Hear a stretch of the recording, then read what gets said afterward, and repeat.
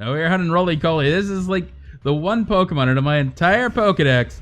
This is the one Pokemon that was staring me in the face like, how the hell had you not hunted this thing yet? So here I am hunting it. Yes, the drawing of me. This is me and a Ziggy Stardust over here. So Ziggy Stardust is our new hat, and Ziggy Stardust has been treating us very kindly. We've had a good, a good number of hunts in a row that have gone under odds now. Rock and Roll, you think because Carkol was fast, that Rolycoly will also be fast? I doubt it.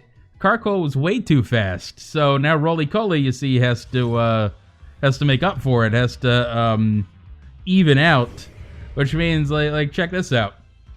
If you assume that two shinies both go to odds, right?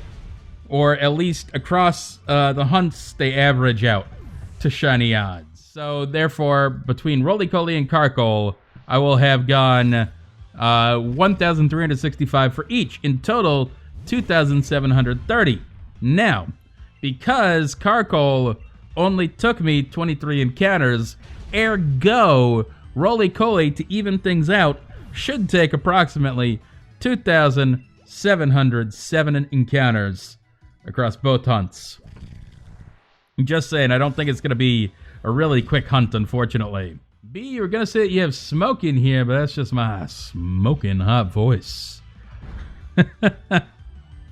I'm glad you like it. Let me tell you that the person behind the smoking voice is not as smoking hot. But you can imagine it in your mind like I am. Pretend I look like, say, a Javier Bardem type, you know. I don't know. Maybe he's not really handsome. He does kind of look like a foot. That's true, Kyle. I did used to play the saxophone, so I guess you could call me SAX-y. I'm a SAX-y Beast. I enjoy sex on the beach. Yes, in high school, we were very mature, and we didn't ever once make a sax joke. And Alex used to play the clarinet. I started on clarinet.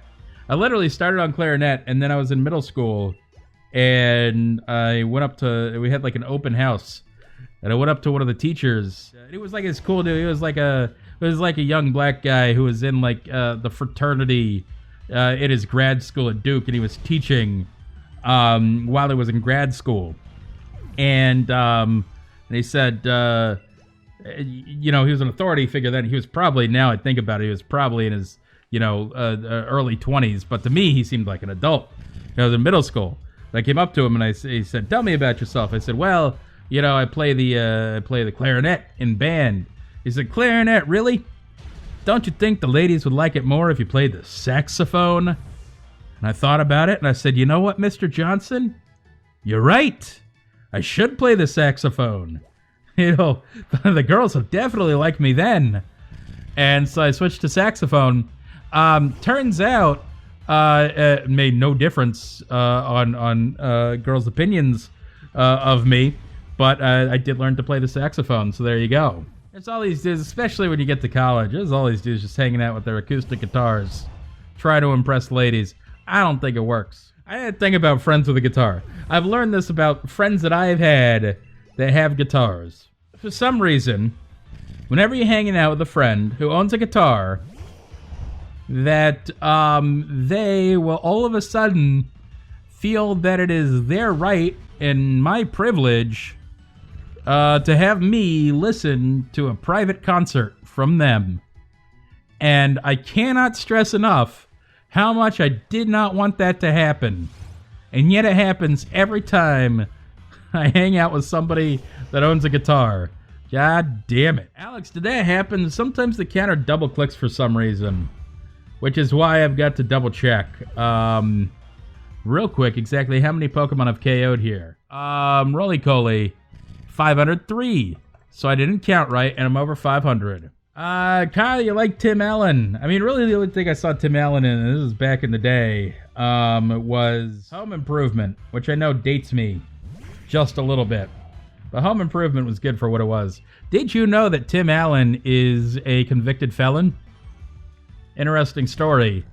Tim Tim Allen was caught trying to cross state lines with a shit ton of cocaine in the 1970s, and then ratted out like all of his drug dealers and got a reduced sentence. Yes, I think you're gonna be surprised when you figure out how many actors and actresses have debilitating drug and, illegal drug and prescription drug addictions.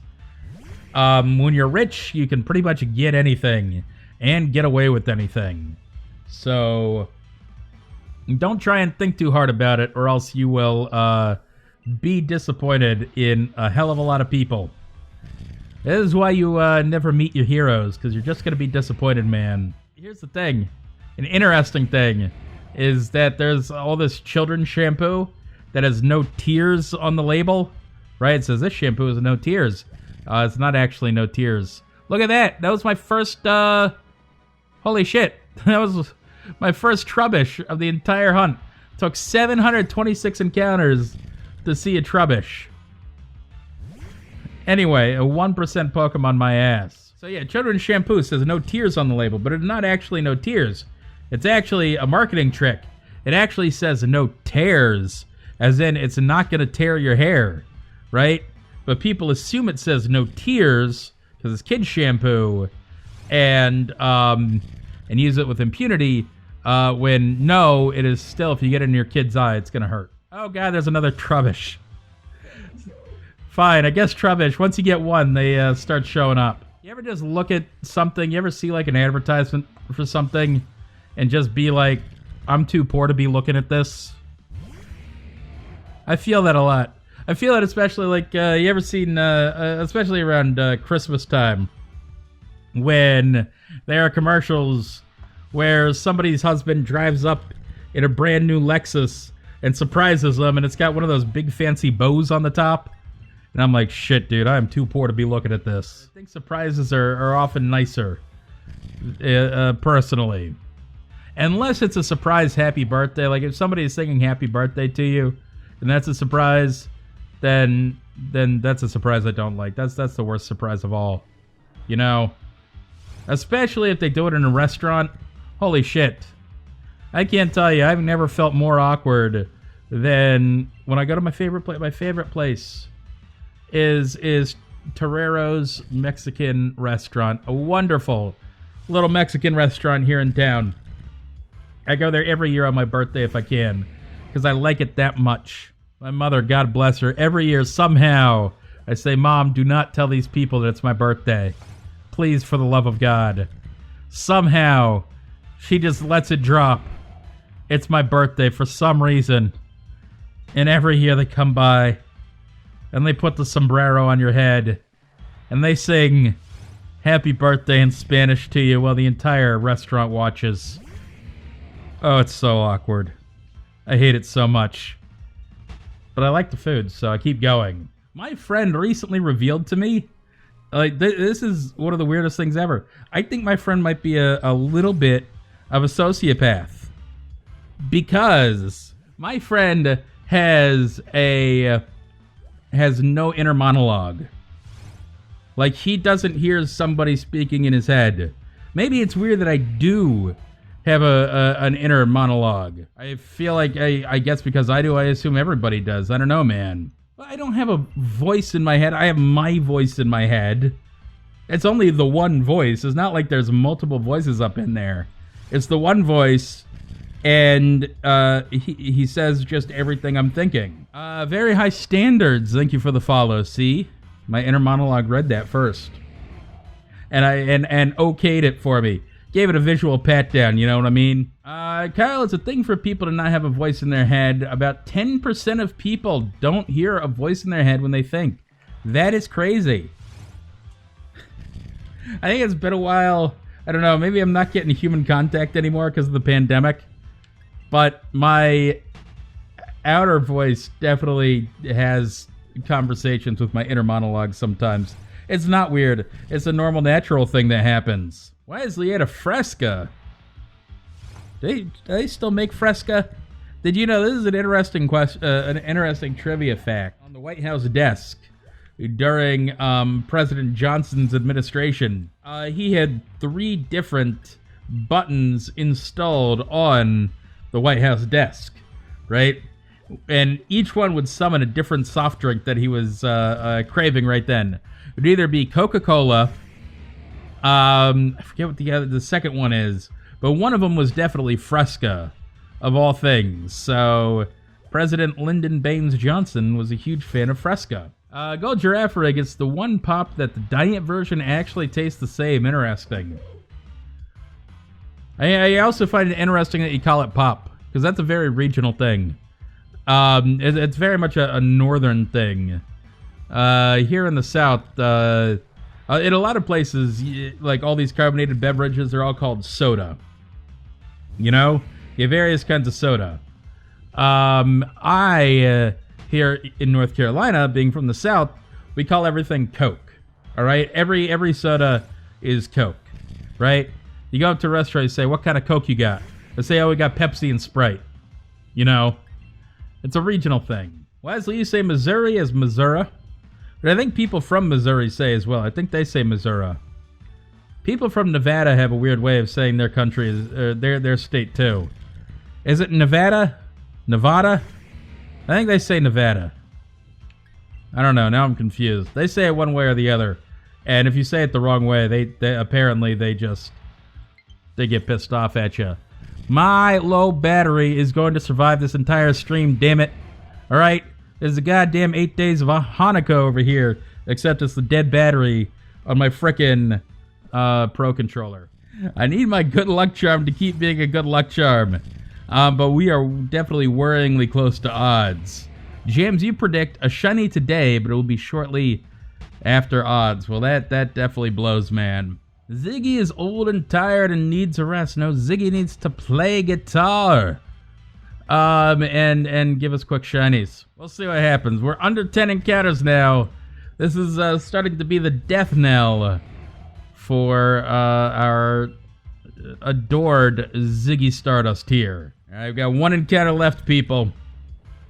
This is it. This is gonna separate Ziggy Stardust from the rest. We have 2 eras now. It's pre-Ziggy and post-Ziggy. With this one right here, 1,365, and unfortunately, Ziggy is going to be with us no longer. That's so sad. There is another. It is Ozzig Osbourne, the Prince of Darkness. Dude, I should put a Zubat in his mouth. Holy shit, you were so right. That would be so messed up. Oh, the Zubat's far too big. It's got to be much, much smaller. There we go. Now he's got a Zubat. Alex is saying, don't eat bats, which is a very good point. Please do not eat bats. We've seen what happens, unfortunately, in this world when you eat bats. That's how come we're all having to stay indoors nowadays. 80s had the best movies. Hell yeah, dude. I totally agree with you. 80s movies are, like, by far the best. You know, Bill and Ted's Excellent Adventure is one of my favorite films. Ghostbusters, Beverly Hills Cop. Some of the best action movies and best comedy movies came out in the 80s, right? But how about those films that perfectly merge them both together? And here I will cite Big Trouble in Little China. Wesley, you've never seen Die Hard. That's another one that's just worth it to see. It's actually pretty good. I think it holds up quite a lot. In Ginger Ninja, you think Die Hard is not a Christmas movie. See, there's 2 kind of people in this world. There are people that believe Die Hard is a Christmas movie, and then there are people who are wrong. Now, how could I forget this movie? Speaking of Die Hard and action comedies and everything, Lethal Weapon, man. God, Lethal Weapon 1 and 2. Oh, you gots to watch Lethal Weapon, man. Personally, I like Lethal Weapon a heck of a lot more than I like the Die Hard series. If the Minions were an 80s movie, how would it be different? It would either be hand-drawn animation, or I think more likely is that they would do it kind of similar to the Gremlins, where the Minions would be like these weird rubber puppets. Hey, there's the Shiny Rolycoly. Only took 100 encounters after we had to lose. Poor Ziggy Stardust. But hey, at least Ozzig Osbourne is bringing it home there. So, nice to have it. One of the few Pokemon on my decks that I decided was, it was kind of glaring that it was a glaring error that I hadn't hunted it yet, so happy to finally get it. Good stuff all round, everything all said and done. Let's go ahead and catch this thing. With the critical capture, let's see what we got. We got one shake, and caught. That's all it takes sometimes. Very nice. Let's throw this up on the big screen there. Very, very cool. Yeah, nice to have. Now I've got 2 members of this evolution line, and I only need 1 more. Anyway, guys, if you're watching on YouTube, this is the end of the video. Thank you all for coming out today. If you liked this video and want to see more, please subscribe to my channel. Otherwise, guys, we're going to see you on the next Shiny.